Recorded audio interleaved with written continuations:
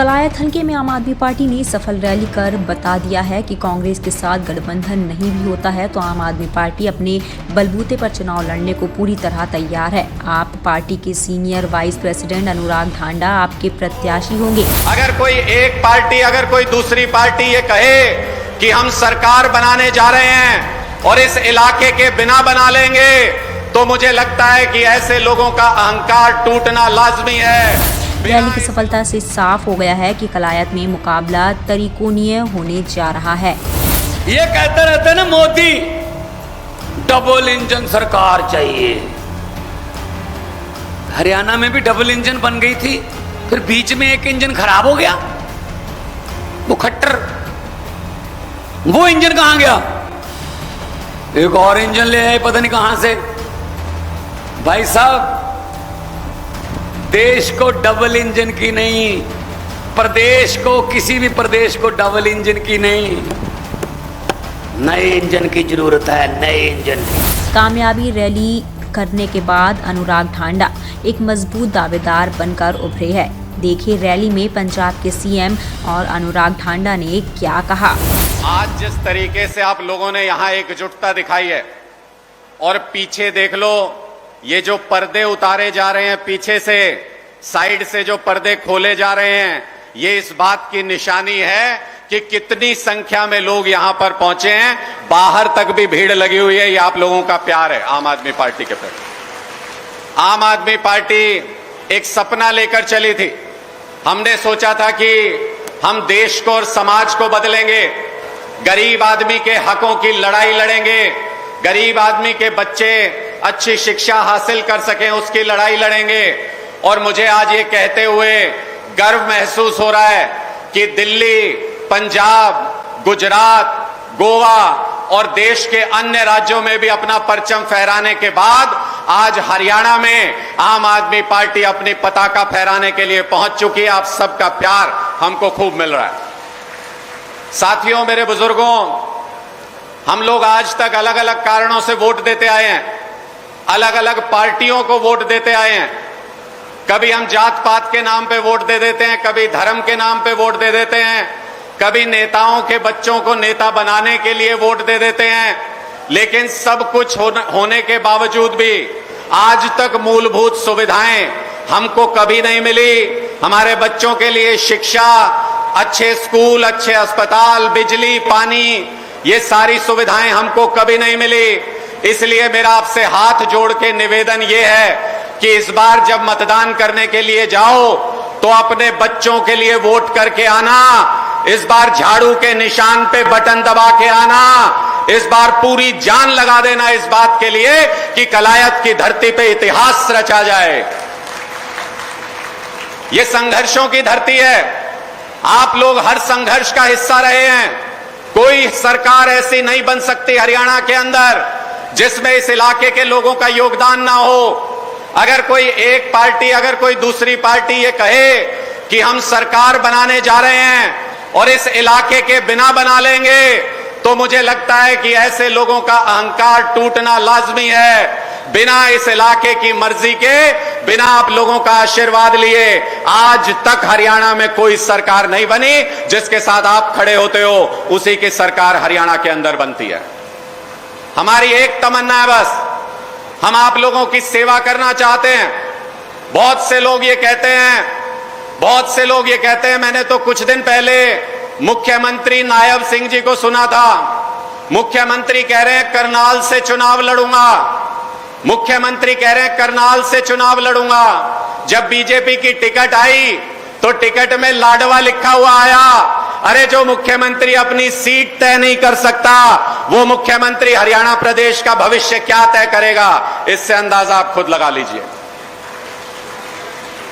साथियों, मेरे बुजुर्गों, ये लड़ाई हमारी और आपकी है। दो छोटी छोटी बातें आपके बीच में रख के मैं फिर मान साहब को आमंत्रित करूंगा, क्योंकि आप बड़ी संख्या में मान साहब को सुनने के लिए यहां पर आए हैं। ये लड़ाई हमारी और आपकी है। आप सिर्फ दो बातों का ध्यान रखना इस बार जब वोट डालने के लिए जाओ। हमारे बच्चे फौज में भर्ती होते थे। आप याद करना, आपके गांव के बाहर बच्चे सुबह सुबह प्रैक्टिस करते थे कि नहीं करते थे, दौड़ लगाते थे कि नहीं लगाते थे। सुबह सुबह बच्चे दौड़ लगाते थे, प्रैक्टिस करते थे, ताकि भारत मां की सेवा कर सकें, अपना शीश नवा सकें, अपनी जान न्यौछावर कर सकें भारत माता के ऊपर। इन्होंने हमारे बच्चों से वो एकमात्र अधिकार भी छीन लिया। अग्निवीर योजना बीजेपी लेकर के आई। अग्निवीर योजना क्या है? अग्निवीर योजना 4 साल में हमारे बच्चों को रिटायर कर देते हैं। 17 साल की उम्र में फौज में भर्ती होते हैं हमारे बच्चे, और 21 साल की उम्र में उनको रिटायर कर देते हैं। 21 साल की उम्र कोई रिटायर होने की उम्र है? बाप नौकरी कर रहा होगा, बेटा रिटायर हो जाएगा। ऐसे हालात भारतीय जनता पार्टी ने बना दिए।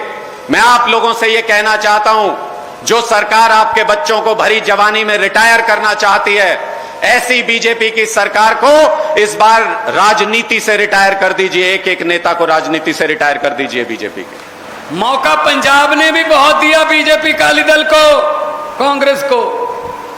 मौका आप लोगों ने भी बहुत दिए बीजेपी को, कांग्रेस को, इनेलो को।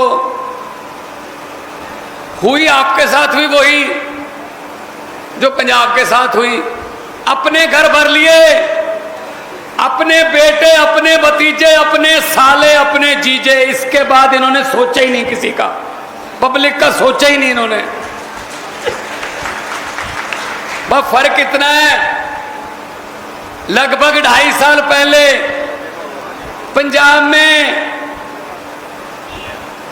लोगों ने सभी इतने रिश्तेदारों को, इनके परिवार वालों को, इनके भतीजों को, इनके सालों को, इनके जीजों को, सबको हरा दिया भाई साहब। रिटायर कर दिए, सारे घर पे बैठे हैं हार के, और नए लड़के लड़कियों को मौका मिला है। 117 में से 92 सीटें जीतकर आपके सामने खड़ा हूं, आपका बेटा।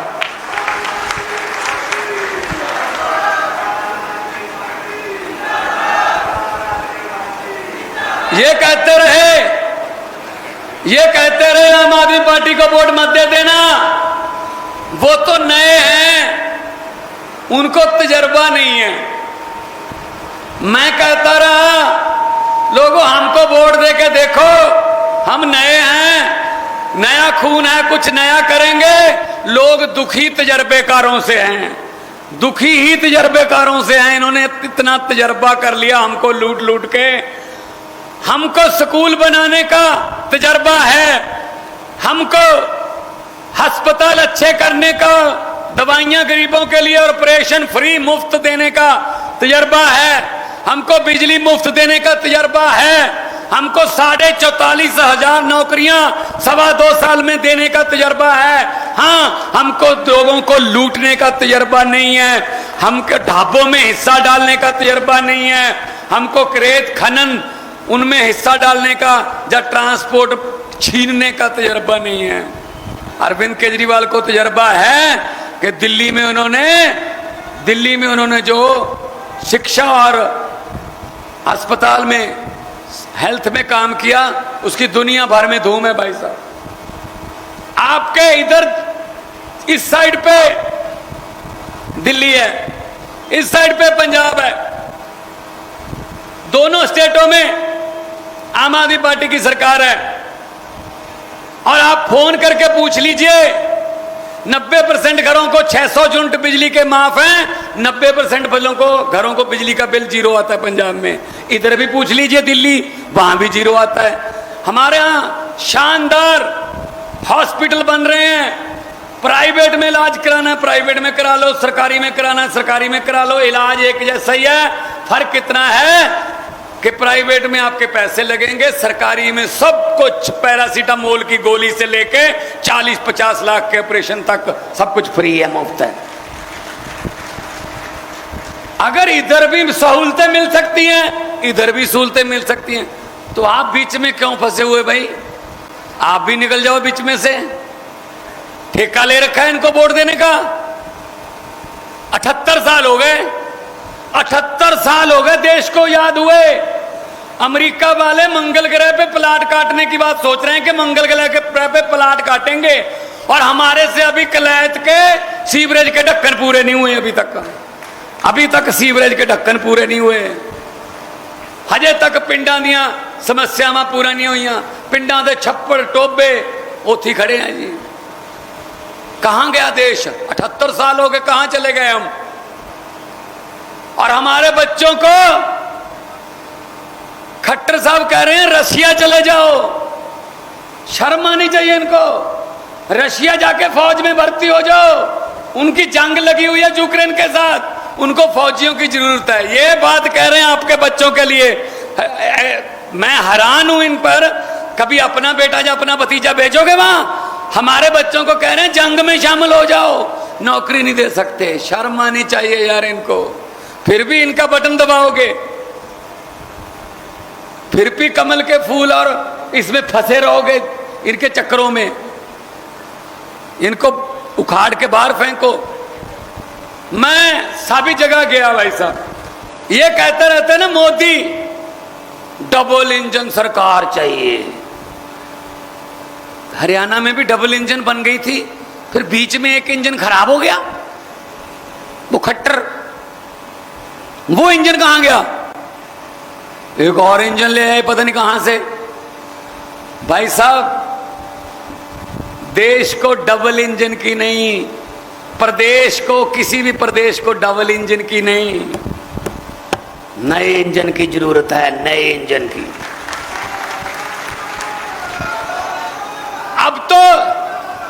अब तो डीजल वाले और कोयले वाले इंजन भी रिटायर हो गए, इनको भी रिटायर कर दो। डीजल कोयले वाले इंजन है ये, नए इंजन लेके आओ, नए इंजन, नए लड़के लड़कियां, अच्छे नवे, नवा खून, नवे विचार, नवी पार्टी, फिर काम बनेगा भाई साहब। वरना इनके खून में भ्रष्टाचार इतना भर गया है